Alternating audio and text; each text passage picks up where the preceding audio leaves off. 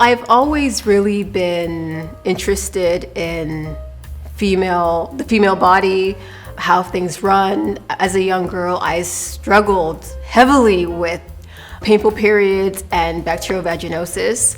So that sort of was the catalyst that made me want to dive deeper into female reproduction.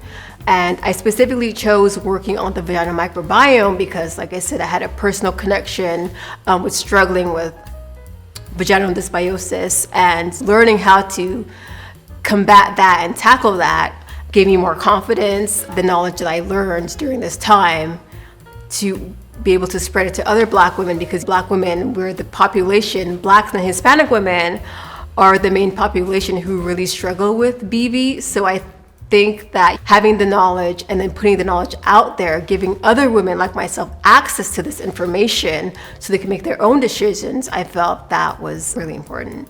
I think as far as we all talk about diversity and equality, and I think that having women in these rarefied spaces, and when I say rarefied spaces, women in the room with other women doing the diagnostics, doing the counseling, during the intake, doing the differential diagnoses, I think it's really important that women are in those spaces. And when it's a woman of color, I think it's also important that we have women of color in those spaces, because the relatability and the trust that you build when you see a representation of yourself, I think is very important, and it makes you trust what they're telling you and more receptive to what they're telling you. Therefore, you're more willing to take the advice and put it into action. So I think even though it's a male-dominated space and a white male-dominated space, I think it's really important that we start creating some diversity and heterogeneity in those spaces.